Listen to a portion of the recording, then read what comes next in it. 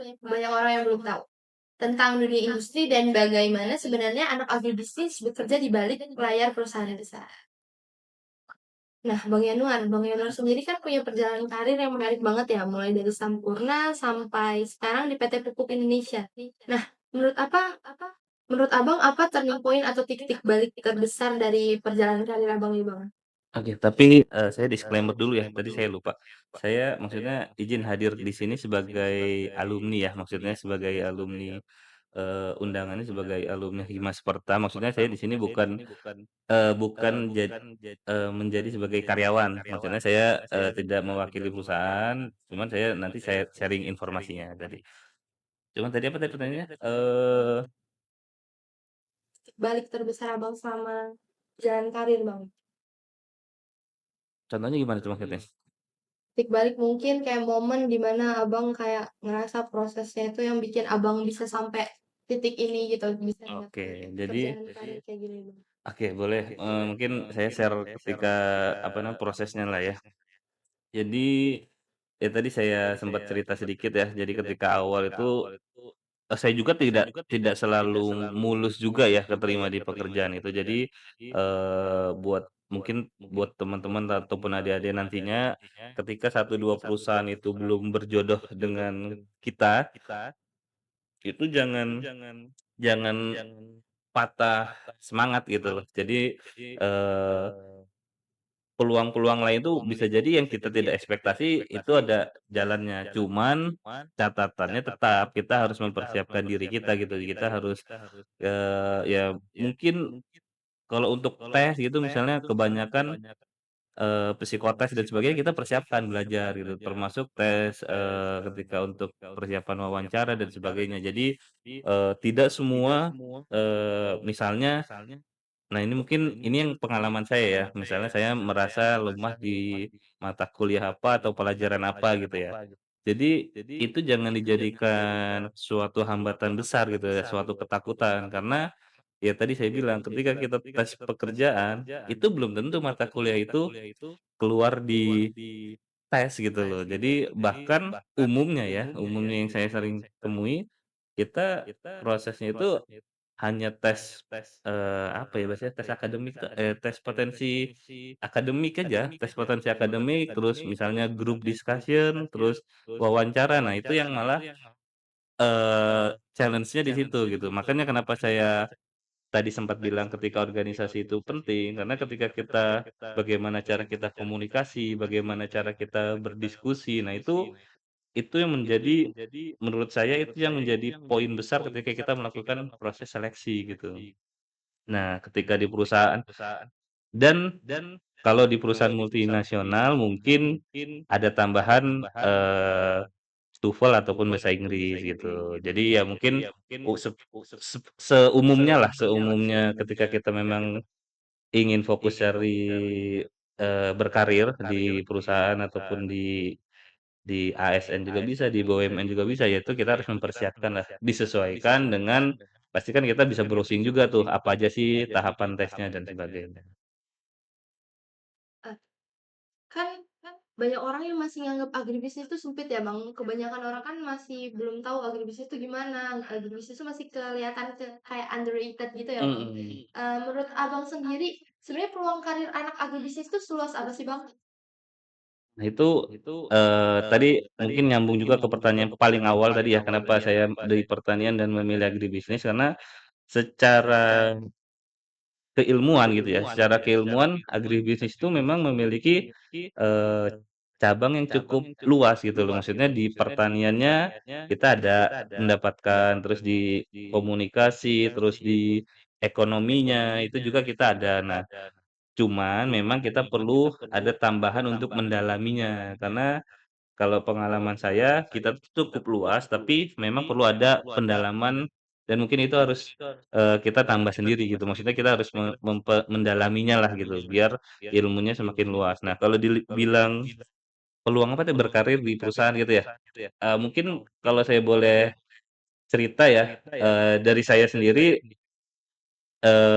ketika saya di Nestle, di Pupuk Indonesia itu pun seleksinya kan cukup lintas, maksudnya tidak hanya lingkup, Lampung gitu loh. Maksudnya itu kita bersaing dengan teman-teman yang ada di Jawa, teman-teman dari universitas yang mungkin secara ranking lebih besar dari Unila gitu. Jadi jangan, ya teman-teman di agribisnis harus yakin gitu loh, harus yakin dan harus banggalah maksud saya, karena banyak kok alumni-alumni kita yang berkarir di perusahaan-perusahaan besar gitu. Misalnya yang dari circle dekat saya aja, jadi di agribisnis itu selain mencari, karir ke depannya, bisa juga ada juga yang mendapatkan jodoh juga gitu. Nah, jadi misalnya misalnya, eee, adik saya juga pun lulusan agribisnis gitu. Nah, itu sekarang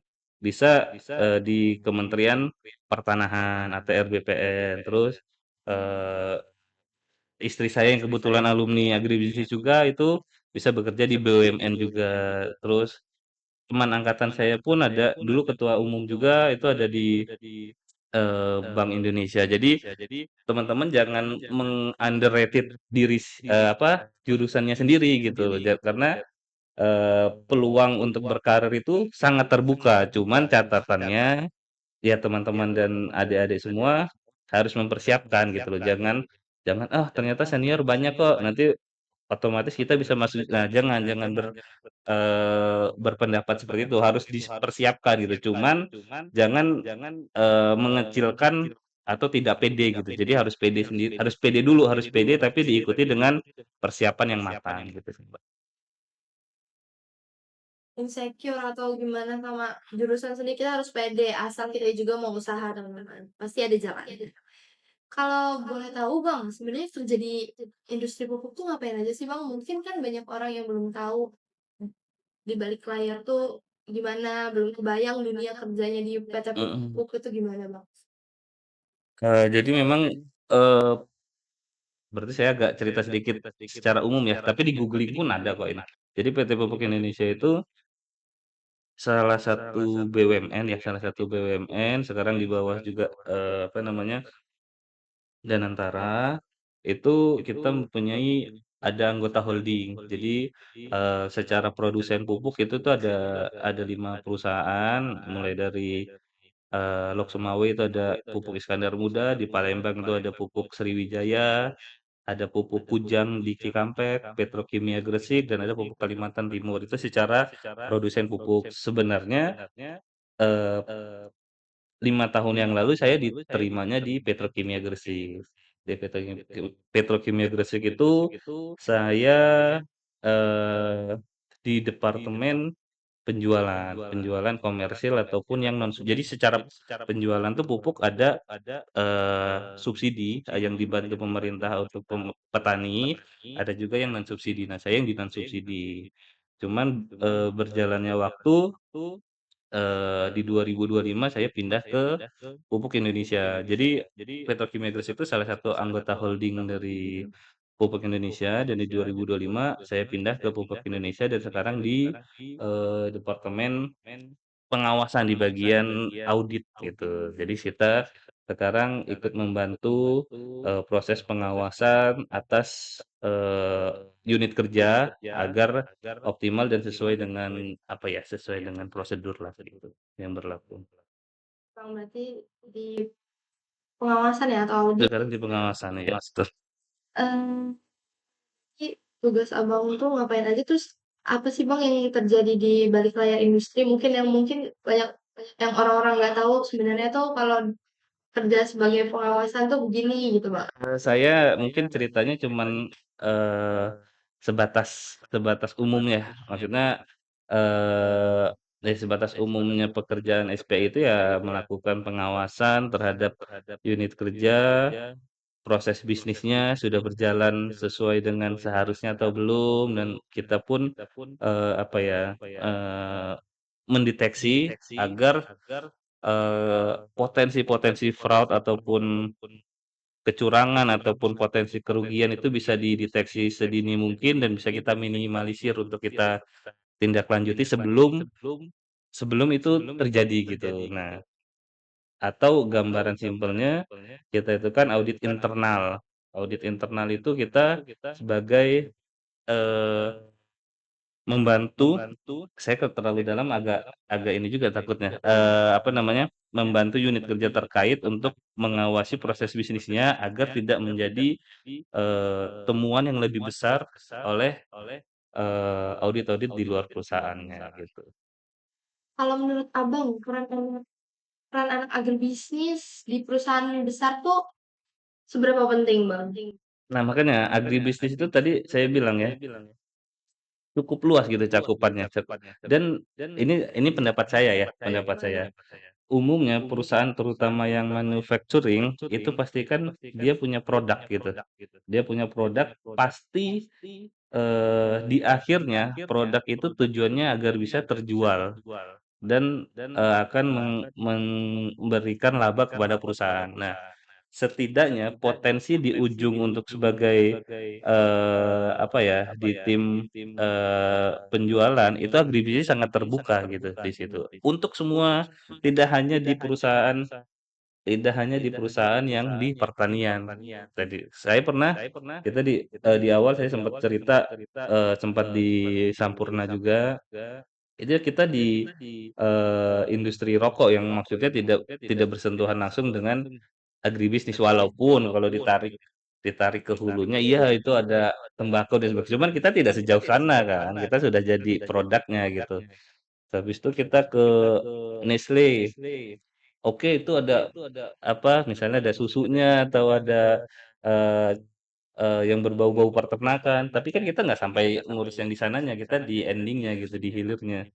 Jadi peluang itu sangat besar kok untuk agribisnis itu, cuman ya tadi kita harus meningkatkan standar diri kita juga, karena yang kita hadapi itu bukan hanya teman-teman seangkatan kita. Mungkin di Bandar Lampung sendiri misalnya ada berapa kampus, ada berapa angkatan yang sudah lulus, mungkin senior-senior kita juga yang udah lulus duluan masih mencari kerja juga, belum lagi kalau memang prosesnya itu secara nasional, peserta-peserta yang dari luar Lampung, misalnya bisa dari, Sumatera sendiri masih banyak, di Jawa banyak ya. Jadi kita, ya tadi tapi kita jangan insecure tadi kata Mbak Angel sendiri gitu, kita harus yakin dulu, tapi diikuti dengan persiapan. Menurut Abang, skill yang paling penting buat anak agribisnis di dunia kerja sekarang, Bang? Apa tuh yang paling penting punya Mmm. sebagai alumni agribisnis yang udah terjun langsung ke dunia kerja, Bang? Yang pertama itu kalau menurut saya kita harus, secara secara pola pikir kita itu harus harus harus up to date gitu ya dengan kondisi perusahaan yang di mana kita bekerja, terus kita juga harus harus bisa harus bisa menyesuaikan dengan kondisi, misalnya, eee kalau misalnya kita bicara masalah dunia sekarang ada geopolitik itu pasti di beberapa perusahaan akan ada pengaruhnya. Nah, kita juga harus bisa segera beradaptasi dengan strategi dari perusahaan yang ditetapkan. Terus yang tidak kalah penting juga, mentalitas kita ya harus siap gitu loh. Jadi kalau kita misalnya kita cerita pengalaman di Hima Seperta misalnya, itu kita akan membentuk mentalitas kita juga gitu loh, mentalitas kita yang nanti ketika kita bekerja di perusahaan, kita harus bahasa yang tidak enaknya harus siap bekerja di bawah tekanan gitu. Jadi misal saya ketika di Petrokimia Gres itu saya di Surabaya 5 tahun. Jadi, kalau saya boleh milih, saya nggak mau gitu kan. Kalau saya boleh milih, saya pengen kerja di Lampung aja gitu kan. Cuman, ya tadi, ketika peluang itu ada dan saya rasa itu memberikan positif, ya itu kita jangan takut gitu kan. Ternyata berjalannya waktu kan bisa ada peluang mendekat atau sekarang saya sih, domisili kerja masih di Jakarta, Mbak. Jadi saya setiap minggu, pulang ke Lampung, setiap awal minggu kita ke Jakarta lagi gitu. Jadi maksud saya, ya mentalitas siap bekerja bawah tekanan itu tidak selalu negatif ya, maksudnya itu akan bersifat positif jika kita memang, eee ya mengambil kita tetap maksudnya kita tetap akan memaksimalkan potensi pekerjaan kita walaupun, tidak 100% sesuai dengan keinginan gitu sih, Mbak. Jadi, mungkin skill-nya kayak dari harus tetap peka sama Iya kondisi, betul. harus bisa adaptasi, Ya mentalnya harus kuat juga ya, ya Bang. yang basic-nya tadi secara komunikasi, secara bekerja sama tim itu juga harus Mmm, harus bisa. basic harus. Nah, buat mahasiswa agribisnis yang mungkin sekarang masih insecure nih, Bang, sama jurusannya, mungkin masih merasa kayak, "Ah, aku bingung nih mau kemana karir path-nya, bisa Mhm. nggak ya sebagai anak agribisnis survive?" Kira-kira ada pesan nggak, Bang, untuk mereka? Aduh, mungkin sebenarnya dari tadi udah cukup banyak juga ya, maksudnya kalau sudah di tengah-tengah terus baru merasa insecure pun nggak ada ininya kan, Mbak, nggak ada apa ya, nggak bisa merubah juga gitu, tidak bisa merubah, kita tidak jadi di agribisnis gitu loh, ya mau nggak mau ya diselesaikan dulu gitu loh, agribisnis ini kita selesaikan dan ya tadi, banyak kok senior-senior kita gitu ya, yang sudah memberikan, contoh nyata lah ya, memberikan, contoh nyata mereka bisa gitu, cuman ya dengan catatan kita harus mempersiapkan, apa yang dibutuhkan di dunia pekerjaan itu.